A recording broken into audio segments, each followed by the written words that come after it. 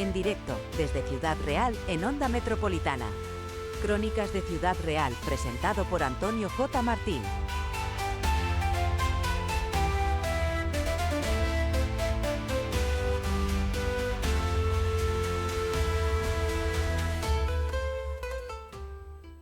Hola, buenas tardes. Hoy voy a hablarles de un suceso ocurrido en marzo de 1939 en Ciudad Real que, aunque es conocido, es poco divulgado. Me estoy refiriendo al asalto el 11 de marzo al Palacio del Obispo de Ciudad Real, conocido en aquella época por el Palacio Rojo. Bueno, voy a comentarles por qué se llevó a esto y qué fue. Ahí pueden ver una foto mía del enrejado de la planta baja del obispado con unas balas trazadoras de ametralladora rusa Massim, modelo Massim, calibre 7,92. Ahí pueden ver varias fotos más que hice. Bueno, ¿qué fue eso? ¿Por qué se llevó eso?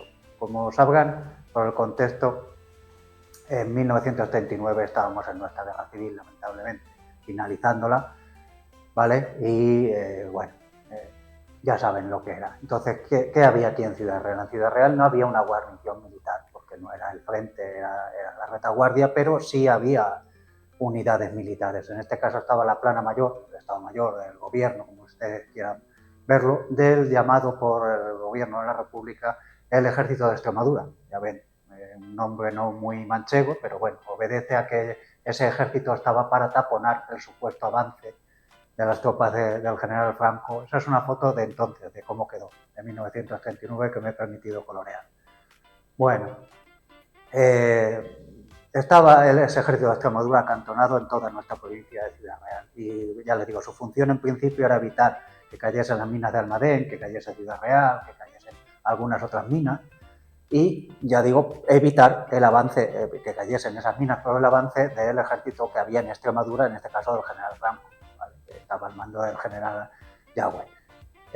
Bien, ¿a qué voy? Llegó el 7 de marzo de 1939 y se reunieron en Ciudad Real, ahí en ese mismo edificio que estaba ocupado, estaba por el Partido Comunista de España desde 1936. Se reunió en la Diputación y ahí, la Diputación Provincial de Ciudad Real, que pueden ver el Palacio del Obispado, si no lo conocen, pues ahí pueden hacerse una idea. Se reunieron los jefes provinciales y locales del Partido Comunista de España aquí en la provincia de Ciudad Real y en esta ciudad de Ciudad Real, del Juventudes Socialistas Unificadas y algunos jefes de una unidad militar de filiación más o menos comunista, ya que el ejército de la República había sido desmantelado en el verano de 1936 debido al golpe de Estado que saben, había habido, y había sido a reconstituir como Ejército Popular de la República, ejército voluntario, con voluntarios de milicias, de socialistas, comunistas, anarquistas, eso hasta 1937. Pero bueno, aquí en la provincia de Ciudad Real había unidades militares que eran más milicias que unidades militares profesionales, ¿vale? Entonces, ¿con quiénes se reunieron? Con una unidad militar que se llamaban los guerrilleros de Fuensanta, ¿vale? Con ese nombre, piensen que eran guerrilleros en el sentido de comando, no de guerrilla como ha sido en el siglo XX después de la Segunda Guerra Mundial, sino de comando. Era una unidad militar de élite. Ahí pueden ver un cálculo hecho con ayuda de Internet, de un programa de Internet, de la distancia que había de la Torre de San Pedro a esas ventanas que ven, ¿vale? Distancia en oblicuo, no exactamente en línea recta como puedan imaginar, porque es lo que les voy a comentar ahora. Bueno, una vez que se reúnen estos jefes locales y provinciales, es para intentar tomar Ciudad Real, ¿vale? Porque la República va perdiendo militarmente hablando y ellos temen que parte de los militares profesionales de la República pacten con Franco, como ya lo habían intentado antes, o que el propio presidente de la República pues pacte. Entonces, eso hay vox populi de que eso puede suceder. Y aquí en Ciudad Real, ya digo, los guerrilleros de Fuensanta habían tomado Daimiel, era un cuartel, una ciudad con una población con una unidad militar bastante importante de carros de combate, y bueno, intentaban tomar otras localidades, en fin, había ya ruido también de golpe de Estado dentro de la propia República, lo cual luego sucedió con el golpe del coronel Casado en Madrid. Entonces, ¿qué pasó? El propio golpe del coronel Casado, tras esas reuniones que se llevaban aquí en Ciudad Real, hizo que se intentase, como ya he dicho antes, pergeñaban, suponían que se podía llegar a eso. Entonces, el propio coronel Casado les dio la razón. El coronel Casado de Madrid dice que se tomen todas las capitales de provincia, otra vez, no solo la nuestra, bajo el control militar del Ejército de la República, ¿vale? Entonces, aquí quien está de jefe de la República, militar de la República, está el general Antonio Escobar Huerta, de acuerdo, muy famoso porque era el que había como coronel de la Guardia Civil, ahí le tienen, puesto una foto coloreada, porque, bueno, porque se hagan más ideas. Este hombre era coronel de la Guardia Civil, profesional, además bastante condecorado, y había parado el golpe de Estado en Barcelona. Allí en Barcelona es bastante conocido, bueno. Entonces vino destinado en el año 38 aquí a Ciudad Real a mandar el ejército de la República, en concreto el ejército de Extremadura, a poner orden, porque aquí era la retaguardia y había bastante incluso bandolerismo, pillaje, deserciones, golpes de mano infiltrados de la falange clandestina. No era exactamente retaguardia como, con perdón, podía ser Soria. Estábamos más cerca de Toledo, era el frente de lo que parece, y era una ciudad importante estratégicamente hablando, ¿vale? Una capital de provincia. Entonces se le manda a él y a él se le encomienda desde Madrid que ponga orden en el propio Ciudad Real, es decir, que acabe con esa especie de resistencia al propio gobierno de la República que había en Ciudad Real por parte del Partido Comunista de España y, ya digo, esos guerrilleros, ese sindicato, ese partido también Juventud Socialista Unificada, que se habían fortificado con sus familiares y unos 100 adeptos en el Palacio del Obispado, y lo habían fortificado, habían tabicado, habían colocado tablas para defender en las ventanas, habían colocado unos terreros, habían llevado armas, y eso es lo que hizo que el general Antonio Escobar llamase a las unidades militares digamos, socialistas y profesionales que había en la provincia, que estaban en Daimiel, en Carrión, en Piedrabuena, para, en secreto, dentro del poco secreto que se podía tener, la guerra, estando todos al mismo bando, pues intentar desalojarlos primero por las buenas y si no, tomar ese palacio. Bueno, en la mañana del 11 de marzo de 1939 se llega a eso. Primero se rodea ese edificio, incluso traen carros de combate, modernos entonces, el T-26 soviético que ustedes podrán ver ahora en esa foto. Esa es una foto que hice en el Museo de Medios Acorazados del Ejército de Tierra Español entre Cantos, en la división acorazada de Brunete. ¿Vale? Eso trajeron 4 de ese, que eran entonces de los más modernos que había en España y de los más potentes que había. Un carro de fabricación rusa, que luego se hizo famoso, bueno, ya era famoso en la Guerra Civil Española, pero una versión más modernizada se hizo famosa en la Segunda Guerra Mundial. A lo que vamos, primero, preveyendo que no se rendirían, habían instalado 2 ametralladoras también soviéticas, las Masí, aunque eran de diseño norteamericano, pero bueno, habían comprado la patente, la habían mezclado con la Vickers británica y habían creado una ametralladora bastante potente, que se hizo muy famosa en la Segunda Guerra Mundial. Entonces colocaron una en la catedral, en la torre de la catedral, y otra en la torre de San Pedro, de la iglesia de San Pedro. ¿Vale? Estos testimonios los sé por familiares, en este caso por un abuelo mío, que participó en la colocación de la ametralladora de San Pedro, y por testimonios de vecinos de entonces que yo entrevisté cuando ya eran muy ancianos y de sus hijos. ¿Vale? Pues bueno, hay una vista aérea, si ustedes no conocen Ciudad Real, bueno, esto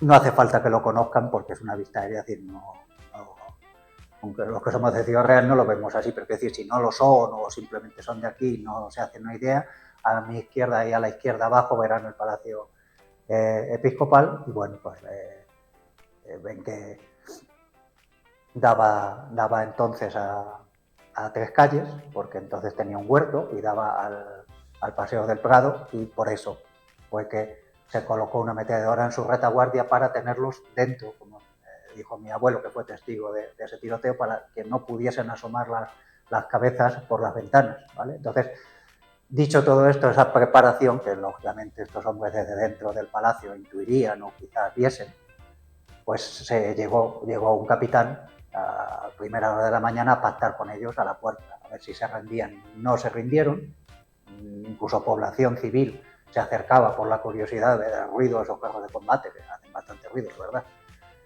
Y en la propia sensación de que iba a pasar algo fuerte. Enfrente, aunque no he sacado aquí foto, enfrente, en lo que ahora es una residencia, entonces era una residencia sacerdotal ocupada, construida en principio en el año 35 para los jesuitas, en la esquina de la calle Caballeros con la Plaza de la Merced. Bueno, ahí enfrente se habían situado muchos tiradores del Ejército de Extremadura, frente justo de ese edificio, bien, para disparar con fusiles desde ahí. Entonces, bueno, ya digo, ellos desde dentro ya sabían que estaban rodeados. Se intentó pactar con ellos, se les ofreció que una salida honrosa, serían detenidos, pero solo los cabecillas.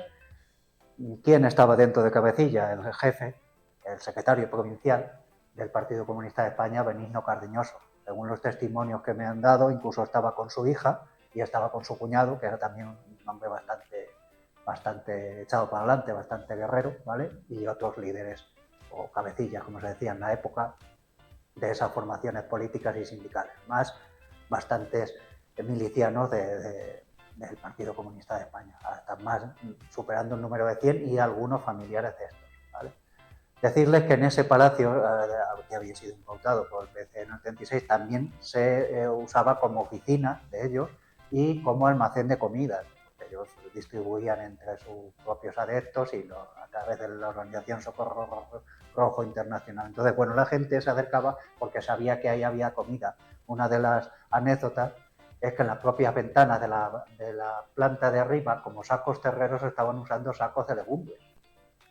¿De acuerdo? Entonces la gente veía eso, había bastante hambre por racionamiento de 2 años y la gente se acercaba. Entonces todo se precipitó en esa mañana, en una hora, porque empezó el tiroteo con las ametralladoras de ambos lados, sobre todo la ametralladora de la Torre de San Pedro, se les tenía dentro, es decir, se evitaba disparando a las ventanas de la planta baja y de la planta alta, pero sobre todo las de la planta baja, se hacía que no saliesen, que no se asomasen con los fusiles que ellos tenían, y aún así, cuando se acercó a pactar, después de la primera andanada, después del primer tiroteo, se acercó a pactar un carro de combate con un teniente, testimonio, ya digo, de un abuelo mío, por lo cual estoy muy agradecido con él.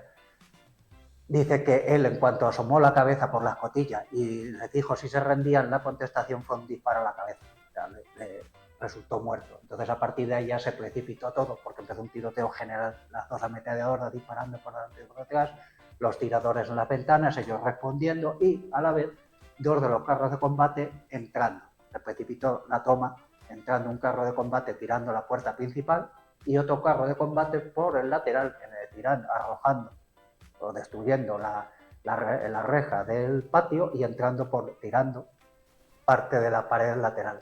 ¿Vale? Entonces, claro, entraron, se produjo un tiroteo, según testigos presenciales se fusiló en el patio a Benigno Cardeñoso, a su hija, a su cuñado y a varios cabecillas, según otros no, fueron simplemente heridos o ya estaban heridos y fueron conducidos a la prisión provincial, ¿de acuerdo? Donde después pues, fueron encontrados al entrar las tropas del general Franco en Ciudad Real, en concreto en entrar las mealas de los regulares y después el tercio de la legión, pues los tomaron ya lógicamente como prisioneros y fueron encausados y fueron condenados y ejecutados a pena de muerte, vamos, al fusilamiento. Pero bueno, así acabó en una mañana ese pequeño conato de rebelión o de sublevación, que sería la palabra exacta, dentro de la propia República, aquí en Ciudad Real, ese 11 de marzo de 1939. En testimonios de entonces, decirles, es el principio de la calle Caballeros, esquina con Feria, quedó lleno de heridos, porque claro, intentaron algunos, ya digo, tomarlo del ejército de la República y desde dentro disparaban, porque la gente, los soldados estaban en el suelo heridos, dentro quedaron bastantes heridos y muertos, algunos colgando de los balcones, porque claro, salía a disparar, les disparaban, sobre todo con la ametralladora, de los cuales han quedado enrejados. Ese forjado ha quedado ahí como huellas en hierro, ¿no? Como decía el poeta, pues ahí lo tienen, el testimonio de que aquí pasó algo militarmente hablando. ¿Vale? Entonces, pues, ¿cuántos muertos heridos no tenemos? O yo al menos no he podido acceder a las partes. Oralmente me dijeron varias docenas entre ambos, por contar hombres colgando literalmente de la pared, sangrar su sangre por esa fachada. Y el detalle, como me decían varios, incluido mi abuelo, era que de los balazos en esos sacos terreros de las balconadas del primer piso caían, por los agujeros de esos sacos de legumbres, caían garbanzos, caían lentejas y la gente incluso en medio del tiroteo, muchas amas de casa, muchas madres se acercaban de pura desesperación a recoger del suelo esas legumbres y echárselas en la espalda, ¿vale? Y salir corriendo, por más que los milicianos y el ejército les decían que no pasasen, que lógicamente había peligro, pues así. Entonces, ¿qué pasó? Al retirarse las tropas, una vez que se detuvo a esos sublevados y se restableció el orden, digámoslo así, la gente entró en tromba a ese palacio porque sabían que el público, el pueblo, la población, como quieran llamarlo, sobre todo los que vivían en ese barrio habían contemplado el tiroteo, que supongo se vivía en toda Ciudad Real, pasaron y se llevaron pues todo lo que pudieron, tanto de objetos, que poco había que llevarse, como sobre todo de la comida. La gente salió llevándose entre varios pues, sacos de comida, jamones, embutidos, en fin. Entiendan que era un periodo de hambre y bueno, pues, y así acabó el día, así acabó ese día con heridos, con muertos, con prisioneros, con gente abasteciéndose. Esa anécdota, que creo que no debe de ser, salvo por la gente que lo vivió, muy conocida, pues ahora que les traigo en esta tarde aquí. Les quedo muy agradecido por su seguimiento a mi programa, a mi pequeño espacio, y bueno, les convino en otros días a seguirme. Quedo muy agradecido a Juan Luengo, que es el director de este programa, que me dé esta oportunidad y nos dé a todos la oportunidad de conocer algo más de Ciudad Real. Bueno, me despido hasta el próximo día y muchas gracias y buenas tardes.